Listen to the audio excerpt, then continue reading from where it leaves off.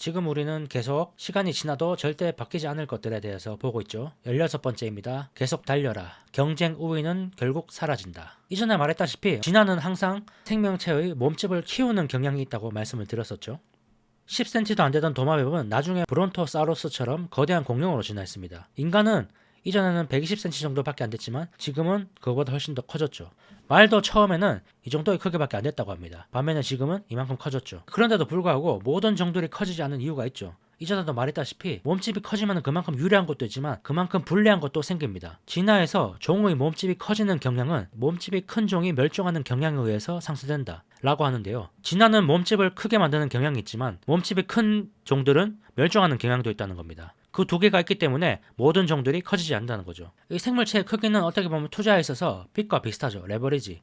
이익을 증가시키지만 손실도 증가시킵니다. 레버리지라는 거는, 이 빚이라는 거는. 한동안은 빚이 별로 문제가 없지만 손실이 갑자기 커지면은 역효과가 발생하죠. 파산할 수도 있는 겁니다. 종으로 치면은 멸종할 수도 있다는 거죠. 부상 같은 걸 생각해보면 쉽겠죠. 몸집이 큰 동물은 부상에 취약합니다. 개미는 자신의 키보다 15,000배나 높은 곳에서 떨어져도 죽지 않지만은 인간은 자신의 10배 높은 곳에서 떨어지면은 죽습니다. 코끼리는 자신의 2배보다 높은 곳에서 떨어지면은 물풍선처럼 터져버린다고 합니다. 한 종의 경쟁 우위가 계속 유지되지 않는다는 거죠. 경쟁 우위라고 생각했던 그것이 반대로 동작을 하면은 멸종을 만들어내는 원인이 되기도 한다는 거죠. 기업에서도 많이 볼 수 있습니다. 이 시어스라는 회사는 세계 최대의 소매 기업이었습니다. 너무 커서 보험, 신용카드, 증권, 부동산 회사도 가지고 있었죠. 요즘으로 치면은 아마존 같은 거라고 볼 수 있습니다. 근데 그런 시어스도 무너졌습니다. 이 소비시장이 저가품과 고급품으로 양분되면서 시어스의 입지가 줄어들었고 거기에다가 월마트나 타겟 같은 경쟁자들이 진입하면서 시어스는 결국 빈 껍데기만 남았죠. 이 시어스의 사례가 특이한 사례일까요? 그렇지 않죠. GM, 크라이슬러, 코닥, GE, AIG, 모토로라 모두 한때 한 시대를 풍미했던 기업들인데 지금은 영향력이 아주 적죠. 자, 다음은 경쟁 우위를 잃는 주요 요인 5가지입니다. 이 시어스, 코닥, 모토로라 이런 회사들은 어떤 이유 때문에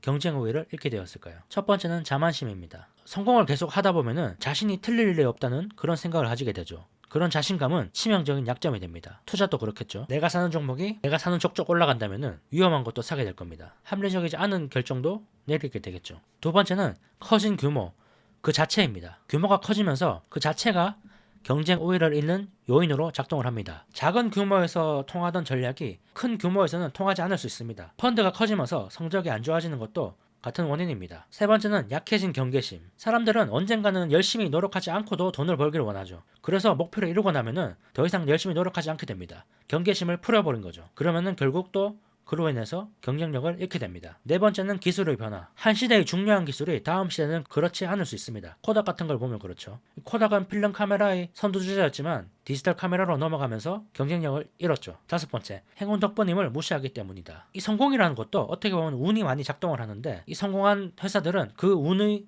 작용을 무시하는 거죠. 내가 성공한 데 있어서 운이 작용했다는 사실을 인정하지 않고 계속 무리하다가 결국 운이 작동하지 않았을 때는 실패할 수 있다는 거죠. 경쟁 우위는 수명이 짧습니다. 그래서 계속 달려야 하죠. 최고의 본문을 볼까요? 제자리라도 지키려면 계속 달려야 하는 것. 그것이 진화의 원리다. 삶에서 대부분의 것도 그렇지 않을까? 비즈니스도, 제품도, 일도, 국가도, 인간관계도 전부 다 그렇다. 제자리라도 지키려면 계속 달려야 된다는 거죠. 그건 과거에도 그랬고 지금도 그렇고 미래에도 그럴 거라는 거죠. 불변의 법칙 17번째 법칙입니다. 미래의 경이로움에 대하여. 발전은 늘 지지부진한 것처럼 보인다. 그래서 우리는 새로운 기술의 잠재력을 과소평가하기 쉽다. 미래에 관한 내용입니다. 이번 주제는 한 기자가 인터뷰에서 에디슨한테 이런 질문을 했다고 합니다. 발명의 시대가 저물어 가고 있습니까? 그러니까 에디슨이 이렇게 답했습니다. 저물어 간다고요? 아직 시작되지도 않았습니다. 모든 분야에서요. 현재 우리는 아무것도 모르는 어린애나 마찬가지입니다.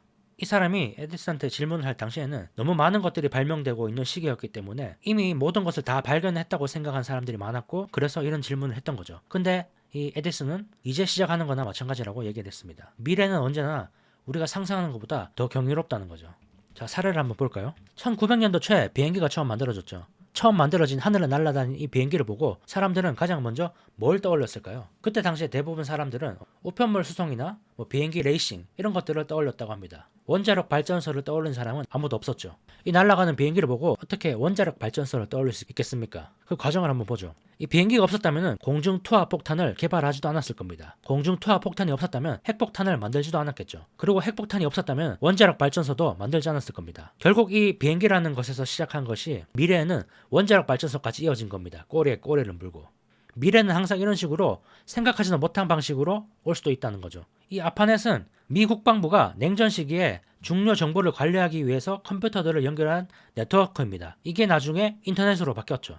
이 아파넷이 없었다면 지금의 구글 맵스, 인스타그램 이런 것도 없었을 겁니다. 결국 이 냉전 시기의 핵전쟁 위협 덕분에 우리가 지금 인스타그램을 할 수 있는 거죠. 항상 이 혁신은 예측하기도 힘들고 그래서 과소평가하기가 쉽습니다. 우리가 지금 현재 일어나는 기술 변화들, 스타트업들 이런 것들을 별거 아닌 것처럼 생각할 수 있지만 그게 나중에 미래에 뭘로 바뀔지는 아무도 모릅니다.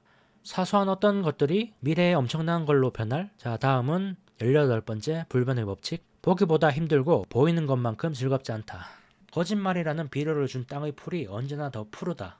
인스타그램이나 이런 SNS 같은 걸 보면 항상 사람들이 다 좋아 보이죠. 그건 어떻게 보면 당연한 겁니다. 좋은 부분만 편집해서 보여주기 때문입니다. 하지만 그런 장면들, 그런 이미지들은 완전한 이미지가 아니죠. 하이라이트만 편집한 겁니다. 좋은 부분은 강조를 하고 못난 부분은 잘라내죠. 거의 모든 것은 멀리서 보면 좋아 보입니다. 인스타그램에는 멋진 해변에서 찍은 사진만 있지 비행기가 연착돼서 고생하는 사진은 없죠. 언젠가 일론 머스크는 테슬라를 일구는 과정에서 겪은 정신적 괴로움 이런 것들에 대해서 질문을 받고 눈물을 흘린 적이 있었습니다. 그때 머스크는 이렇게 말했습니다. 그 대신 아이들은 거의 보지도 못했어요. 물론 친구들도요. 우리가 알아야 될 사실은 이겁니다. 사람들은 정상처럼 보이는 겉모습으로 내면의 고통을 덮은 채 온갖 문제를 숨길 수 있다. 보이는 게 다가 아니라는 거죠. 편집은 얼마든지 할 수 있습니다. 우리가 우러러보는 그 사람도 슈퍼맨이 아니라 평범한 인간입니다. 그 사실을 항상 인지를 하고 있어야 된다는 그런 말입니다. 책의 본문입니다. 누군가의 특별한 재능을 인정하고 존경하는 것과 그의 의견을 무비판적으로 받아들이는 것을 동일시해서는 안 된다. 둘은 완전히 다른 문제다. 오렌지를 까먹을 때 껍질은 버려야 한다. 당신 자신과 타인에 대해 더 너그러워지기를 바란다. 이걸 주의해야겠죠. 어떤 사람의 편집된 부분만 보면은 그 사람이 완벽하다고 생각을 하게 되고 그렇게 되면 그 사람의 의견을 무비판적으로 받아들이게 된다는 거죠. 그게 다 사실이라고 믿는 겁니다. 예를 들어서 어떤 투자자가 금융분석가가 계속 예측을 잘했다고 해보죠. 그러면은 그 사람에 대해서는 금융분석에 대해서만 의견을 받아야 되는데 그 사람의 정치적 견해, 그 둘은 완전히 다른 문제입니다. 그 사람이 잘하는 분야가 있고 못하는 분야가 있을 겁니다. 어떤 한 사람이 어떤 분야에서 뛰어난 성적을 보인다고 해서 그 사람의 다른 분야에서 하는 조언까지도 받아들여선 안 된다는 거죠. 성공한 펀드 매니저의 정치적 견해에 귀를 기울인다거나 유명한 정치가의 투자 조언에 따르면 안 되겠죠. 오렌지를 먹을 때 껍질은 버려야 한다는 겁니다. 좋은 부분은 받아들이되 아닌 부분은 버려야 된다는 거죠.